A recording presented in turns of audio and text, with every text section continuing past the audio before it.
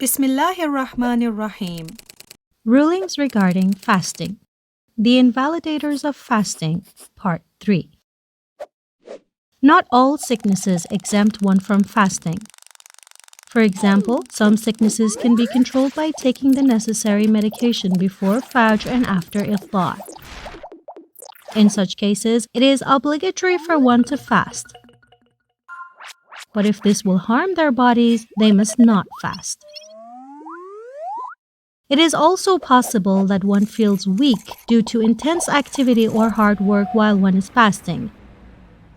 But this does not allow one to break their fast unless their loss of energy or their thirst becomes unbearable, harmful, or even nearly fatal. In such cases, one can eat or drink water a little, but they must not eat or drink any more during the time of fasting. And if this has happened during an obligatory fasting, they must also observe a qada fast later if they can.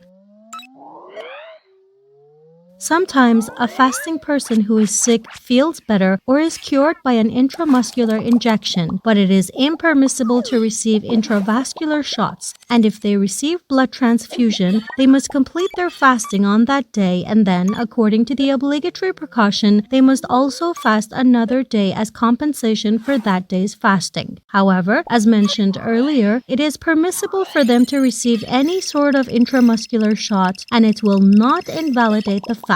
Also, using suppositories will not invalidate fasting, but according to precaution, it is considered abominable during fasting. It might also be necessary for some to undergo dialysis during fasting. In such cases, if something is taken away from their bloodstream, their fasting will be valid. But if they undergo exchange transfusion or something is added to their bloodstream, the obligatory precaution demands that they observe the qada fast of that day as well. Visiting the dentist is also permissible during fasting, but one must be careful not to swallow anything.